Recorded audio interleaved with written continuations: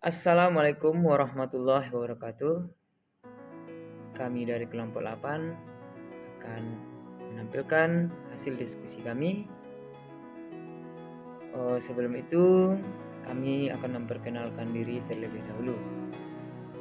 Perkenalkan, nama saya Arma Ikhwan, NIM 19073039. Dan di samping saya Baiklah, perkenalkan, nama saya Oliver Kansupayung dengan NIM 20073053. Baiklah, pembacaan pada kali ini dibacakan oleh Arma Ikhwan. Kepada Arma Ikhwan dipersilakan. Baiklah, yang pertama yaitu materi kita tim based project, yaitu supply chain management. Yang mana kami memilih di sini supply chain management kami adalah oli atau oil. Oleh sebab itu kita perlu tahu apa itu supply chain management.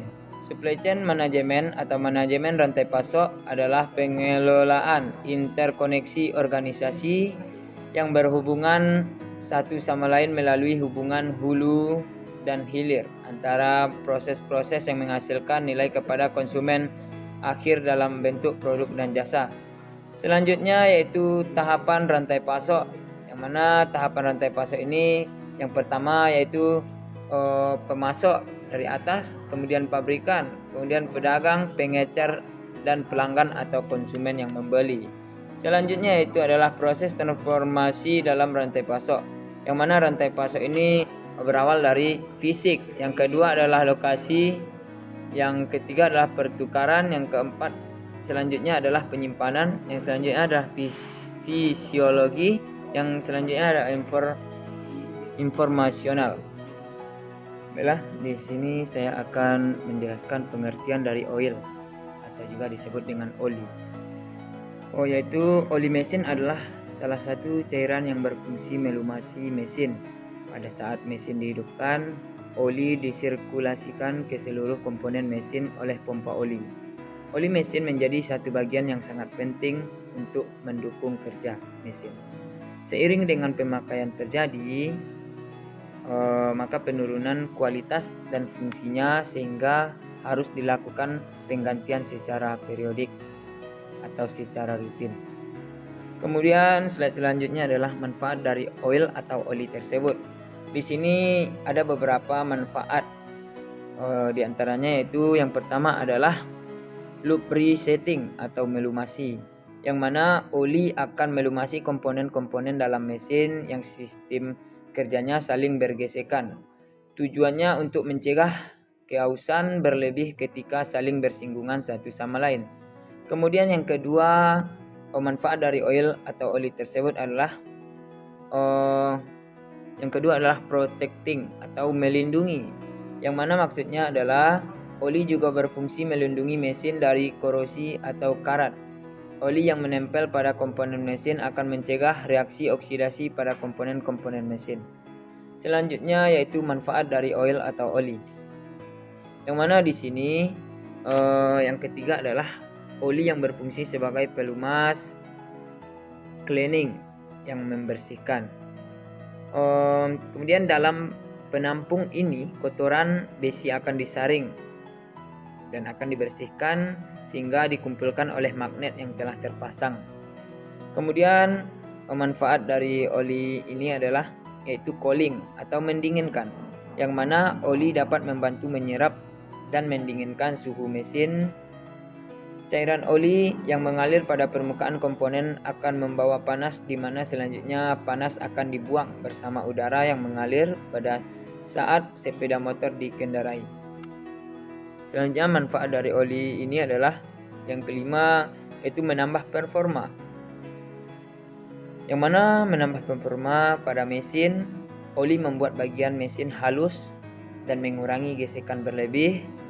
Bagian-bagian mesin yang bekerja dengan baik tentunya akan meningkatkan performa mesin secara keseluruhan. Manfaat yang keenam adalah merapatkan celah antara piston dan silinder. Jadi oli ini bisa melumasi bagian-bagian presisi dalam mesin sehingga mencegah terjadinya kebocoran gas. Contohnya seperti saat pelumas melumasi bagian dinding silinder dari piston. Pelumas akan menjadi perapat untuk mencegah kebocoran gas dibuang di ruang atas dan ruang bawah piston. Kemudian selanjutnya adalah manfaat dari oil atau oli. Yang ketujuh yaitu sebagai peredam atau getaran dan juga suara. Oli ini melakukan serapan pada getaran dengan peredam kejutan yang terjadi ketika mesin sedang melakukan langkah kerjanya. Kemudian proses ini terjadi pada komponen dalam mesin yang mengalami gaya tekan besar.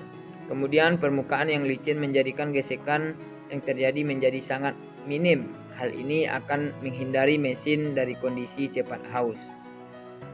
Dan manfaat dari oil yang terakhir adalah sebagai anti karat, yang mana pelumas yang mengalir ke tiap komponen baik mobil atau kendaraan akan memberikan perlindungan terhadap permukaan sisi luar termasuk dari udara atau air. Walaupun bergesekan tetap terjaga dari masalah karat karena memiliki pelumas tersebut.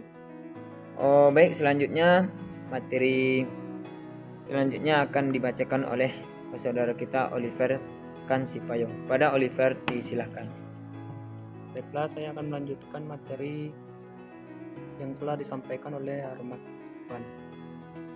yang dimana kita bisa melihat pada gambar oli Honda ini yang mempunyai oli khusus yang direkomendasikan PT Astra Motor atau AHM selaku produsennya dan dibuat sesuai dengan kebutuhan pelumasan dan karakteristik motor Honda. AHM Oil dikembangkan oleh Honda R&D Jepang untuk melindungi dan menjaga performa mesin motor Honda tetap optimal. Adapun jenis-jenis dari oil atau oli ini, yang pertama AHM Oil MPX.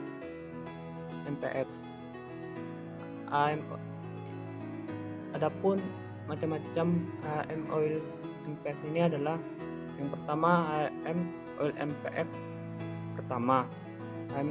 AHM Oil MPX yang pertama ini memiliki spesifikasi SAE 10 watt 30 dengan API SI. Yasoma oil yang diformulasikan khusus untuk motor Honda yang presisi dan performa tinggi, memberikan pelumasan yang sempurna agar performa mesin prima dan pada tipe kopling basah. Oli ini ditujukan untuk tipe motor bebek. Adapun AHM Oil MPX 2 memiliki spesifikasi SAE 10 watt 30 API SL Jaso MB. Oli mesin ini untuk motor matic atau kopling kering, diformulasikan dengan performa pelumasan yang baik untuk melindungi. Lanjut, oli MPX 3. AHM Oil MPX 3 ini spesifikasinya SAE 20 watt 40 dengan API SL Jasoma. Oli pilihan alternatif yang mempunyai tingkat kentalan 20 watt 340 dengan engine protection teknologi yang akan merawat setiap bagian mesin motor Honda kesayangan Anda. Oli ini sangat jadi pilihan konsumen yang menginginkan oli tingkat kekentalan tinggi atau high viscosity 20 40 yang merawat secara maksimal motor Honda tipe bebek maupun sport. Di sini kita bisa melihat manajemen rantai pasok oil atau oli, yang dimana dimulai yang pertama itu adalah dari supplier atau dari pemasok, yang kedua dari manufaktur atau pabrikannya, terus ke distributor atau orang yang mendistribusikan, retailer atau orang yang pengecer, shopper atau kita bisa disebut ini adalah konsumen. Produk yang seperti dijelaskan tadi, produknya itu adalah oli. Informasi atau informasi yang bisa kita berikan kepada orang-orang supaya bisa membeli produk kita tersebut. Dan yang terakhir, finance atau kondisi keuangan yang kita miliki sekarang ini. Materi selanjutnya akan dibacakan oleh Roma Hikman. Kepada Roma Hikman dipersilakan. Baiklah, di sini saya dapat menyimpulkan bahwa dari supply manajemen atau rantai pasok ini, bahwa manfaat manajemen rantai pasok dalam perusahaan secara umum dapat memberikan kepuasan pelanggan, meningkatkan pendapatan, menurunkan biaya, pemanfaatan aset yang semakin tinggi, peningkatan keuntungan, dan perusahaan semakin besar. Oleh karena itu, kita pilih oli ini karena fungsi lainnya dari oli tersebut adalah sebagai pembersih kotoran-kotoran yang ada pada bagian mesin akan larut dan terbawa oli untuk kemudian ditangkap oleh oli